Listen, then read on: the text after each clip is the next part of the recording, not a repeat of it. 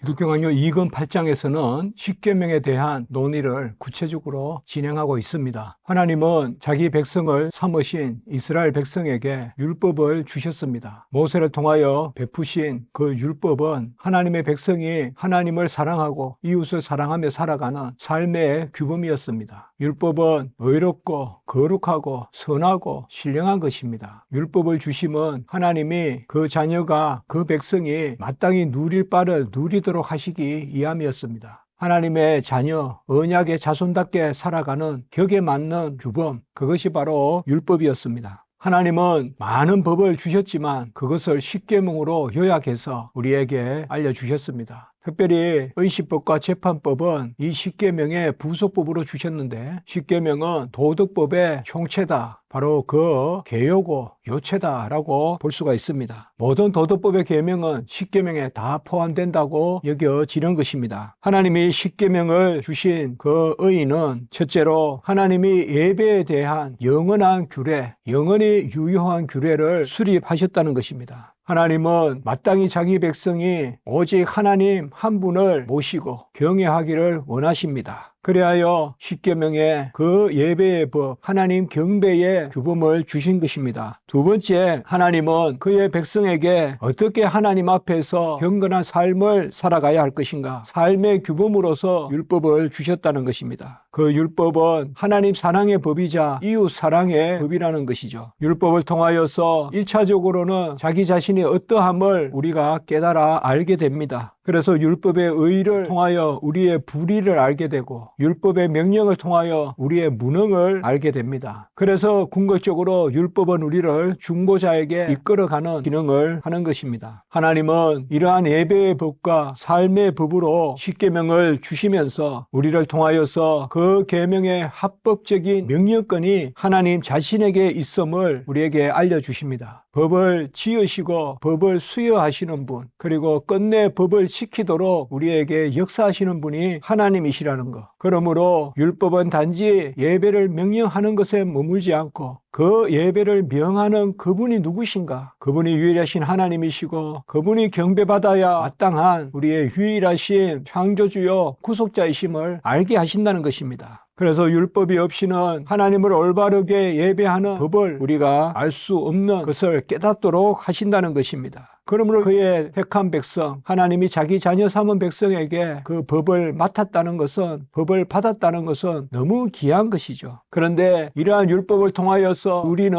하나님의 자녀의 권세와 함께 우리는 시시각각으로 율법을 통하여서 우리의 무능을 또한 깨달아 알게 된다는 것입니다. 하나님의 법은, 도덕법은 특별히 자연의 질서 가운데서도 또 자연의 법칙 가운데서도 하나님이 어느 정도 비추어 주셨습니다. 무엇보다 우리 안에 양심이라는 내적인 법을 기록하여 주셔서 성문에 법이 없더라도, 문자로 기록한 법이 없더라도 마치 하나님의 법이 새겨진 것 같이 우리가 살게 하십니다. 일반 계시에서 살펴보았듯이, 기독교 강요 1권 3장에서 5장에 나오는 그 논의에서 우리가 보았듯이, 하나님은 우리를 통하여서 무엇보다 신성에 대한 의식, 종교의 씨앗과 함께 양심을 주셔서 우리 안에 천명의 증인을 두시고 양심이라는 벌레를 두시고, 그리하여 우리가 옳고 그름을 판별하는, 또 깨달아 아는 그러한 자리에 서게 하셨습니다. 그래서 그것으로 하나님을 알고 하나님께 영광을 돌리게끔 하셨지만, 우리는 타락함으로 말미암아 그것 자체로는 하나님을 온전히 예배할 수 없음을 살펴보았습니다. 그래서 하나님이 자연법을 주시고 우리 안에 양심이라는 법을 하나님이 세우시고, 또 우리 내부 안에 증인이 되고 충고자가 되는 하나님의 내적인 법, 양심, 그런 것을 새겨주셨음에도 불구하고 타락 이후 맹목적인 자기애에 빠져서, 눈먼 자기 사랑, 그것에 빠져서 우리는 하나님을 멀리하고 하나님을 가까이 하지 않습니다. 그렇기 때문에 하나님은 성문의 법을 주셨습니다. 그것이 십계명입니다. 하나님을 기쁘게 하고 하나님이 기뻐하시는 합법적인 예배, 의롭고 거룩하고 순수하게 하나님께 나아가서 하나님을 경외하고 하나님을 높이는 그 법, 그것을 우리에게 주시지 않았다면 아무도 하나님을 온전하게 예배 드릴 수 없게 되었을 것입니다. 우리 본성으로는 하나님께 순종할 수 없게 되었다는 것입니다. 무엇보다 예배의 법에 관하여는 그 흔적조차도 우리에게서 찾아볼 수 없게 되었습니다. 우리는 하나님 앞에 온전하게 설 수 없습니다. 행할 수 없습니다. 그러나 그것이 우리의 죄로 말미암은 것이기 때문에 이것을 가지고 하나님을 탓할 수가 없습니다. 필연적으로 죄를 짓지만은 그 필연성이 우리 탓이므로 우리는 필연성을 내세워서 우리가 죄 없음을 항변할 수 없습니다. 그러면 어떻게 해야 됩니까? 바로 은혜를 구해야 되는 것입니다. 칼빈은 여기에서 일종의 율법이 작용하는 원리에 대해서 말하고 있습니다. 첫째, 율법은 우리의 의와 율법을 통한 하나님의 의를 비교해 봄으로써 우리가 얼마나 하나님 뜻에서 멀어져 있는가를 깨달아 알게 한다는 것입니다. 둘째는 이러한 깨달음과 함께 우리는 우리의 능력을 돌아보면서 우리가 율법의 요구를 다 충족시키는 데 미치지 못하고 아예 아무것도 하나님을 온전히 기쁘시게 할 것이 없다는 것을 우리가 알게 된다는 것입니다. 그리하여 1차적으로는 회의하는 마음과 불안과 공포가 우리 안에 생기게 되고 동시에 겸손함과 낮아짐을 우리가 갖게 된다는 것입니다. 다시 말하면 첫째로는 의를 알게 되고 둘째로는 우리의 무능을 알게 된다는 것입니다. 그리고 셋째, 우리는 그 구원의 유일한 피난처이신 하나님의 자비애로 회심하게 된다는 것입니다. 이 부분이 율법이 언약의 법이라는 모세의 법이 아브라함의 언약 위에 수립되어 있다는 것을 우리에게 깨닫게 하는 부분입니다. 이 세 가지는 율법의 대원리로 작용합니다. 율법이 하나님의 의를 밝힘과 동시에 우리의 무능을 알게 하고 그리하여 하나님의 은혜, 자비를 구하게 한다는 것. 그리하여 우리가 할 수 있는 것을 명령하는 것이 아니라 해야 할 것을 명령해서 할 수 없는 것이라도 명령해서 하나님의 은혜로 친히 이루신다는 것. 그리하여 율법이 우리에게 달콤하다는 것. 이런 것을 칼빈은 율법이 작용하는 대원칙으로 우리에게 말해주고 있습니다. 율법에는 약속들과 함께 위협들이 있습니다. 이를 행하면 그로 말미암아 살리라, 이러한 약속이 있습니다. 이것을 우리가 율법의 약속이라고도 할 수 있고 율법의 의라고도 할 수 있습니다. 이미 보았듯이 이러한 율법은 완전한 인격적 순종을 요구합니다. 마음과 뜻과 정성과 힘과 생명을 다하여 하나님을 사랑하고 이웃을 사랑하는 그러한 내적인 순종이 있어야 됩니다. 영적인 순종이 있어야 됩니다. 그런데 그 누구도 이러한 완전한 순종에 이룰 수 없습니다. 그러므로 모든 의를 잘 지켜서 하나님을 기쁘시게 하고 그것으로 말미암아 복을 누리는 그러한 율법의 약속은 타락한 인류에게 전혀 작용할 수 없게 되었습니다. 그래서 율법은 필히 정죄합니다. 범죄하는 그 영혼은 죽으리라 라는 그 말씀, 모든 율법을 지켜다가 하나만 어겨도 다 사망에 이르게 된다는 그 정죄의 말씀이 이제 모든 인류에게 적용됩니다. 어떤 법이라도 경중이 없고 작은 것 하나라도 하나님 앞에서 어기면 사망에 이릅니다. 혹 외형적으로 형식적으로 또 사람들 보기에 순수하게 완전하게 지킨 듯 해도 하나님이 중심을 보시기 때문에 타락한 인류가 거듭남이 없이는 결코 하나님이 받으실 만한 순종에 이룰 수 없습니다. 그래서 율법에는 현세의 복과 현세의 저주에 대한 긴 목록이 있지만은 끝내 율법으로는 온전한 그 율법의 목적인 영생에 이룰 수 있는 그러한 결과를 낳을 수 없다는 것입니다. 사람들은 누구라도 하나님께 복종하기를 원합니다. 그렇게 또한 뜻합니다. 그렇지만은 하나님은 본질상 타락한 인류에게서 나온 중심이 합하지 않은 순종은 받지 아니하시는 것입니다. 하나님이 우리에게 상급을 주시려면 기꺼이 순종하는, 그리고 내적으로 영적으로 인격적으로 순종하는 것을 하나님이 받으십니다. 그러나 누구도 이에 이룰 수 없기 때문에 하나님은 이제 은혜를 베푸셔서 사람들을 자기의 뜻 가운데 두고자 하신 것입니다. 이것이 율법을 주신 목적입니다. 언약 가운데 율법을 주셨습니다. 그리고 처음부터 은혜를 베풀어서 지키게 하시고 그 은혜를 베푼 것에 대하여 또한 상급을 주십니다. 은혜로 율법을 지키지만 율법을 지킨 데 대하여 상급까지 주신다는 것입니다. 이것은 바로 하나님이 율법을 주셔서 하나님의 어떠하심을 드러내시고 우리는 할 수 없으되 하나님이 하신다는 그 가운데 하나님께 영광을 돌리고, 그런 가운데서 우리는 은혜 위에 은혜로라, 지킨 것도 순종하고 수행한 것도 은혜고 그것에 대한 상급도 은혜고, 우리가 한 것이 없는데 하나님이 이루어 주시는 그 규범, 그 하나님의 값없는 자비, 긍휼, 그것이 율법을 통한 하나님의 뜻, 섭리라는 것입니다. 하나님은 완전한 의의 규범을 통하여서 인류가 하나님을 섬기는 데 이르기를 원합니다. 그래야 하나님과 사람 사이에 종교를 두신 것입니다. 여기 종교는 기독교를 의미합니다. 우리가 경건하게 하나님의 말씀을 내려받고 하나님을 예배드리는, 그리고 그리스도와 연합하여 믿음 가운데 나아가는 하나님 앞에서의 경외, 경건, 그것도 하나님께서 우리에게 은혜를 베푸셔서 우리에게 먼저 하나님의 규범을 알게 하시고 내가 내게 명령하는 것을 행하면 복이 있으라고 약속하실 때 그 행하게 하심도 은혜를 베푸심이라는 것. 그래서 이미 이스라엘 백성에게 율법을 맡은 복을 허락하셨을 때 그것은 이스라엘 백성을 언약 백성 삼으셨기 때문에 그러하시다는 것입니다. 우리가 율법을 받았다, 또 율법의 명령을 받았다, 이런 표현을 쓴다면 이미 그것은 하나님의 자녀됨의 은혜가 있다는 것입니다. 율법이 우리에게 어떤 일로 깨닫게 하고 또 정죄하고 또 어떨 때는 우리에게 삶의 규범으로 역사하지만 어떨 때는 우리를 절망에 빠뜨리기도 하지만 이러한 모든 일들이 이미 언약 가운데서 우리에게 주어지는 율법의 작용이라는 것입니다. 율법에는 완전한 의가 포함되어 있습니다. 절대적인 가르침이 항구적으로 유효하게 나타납니다. 하나님의 십계명은 폐하지 않습니다. 영원한 도덕법입니다. 하나님의 어떠하심과 하나님의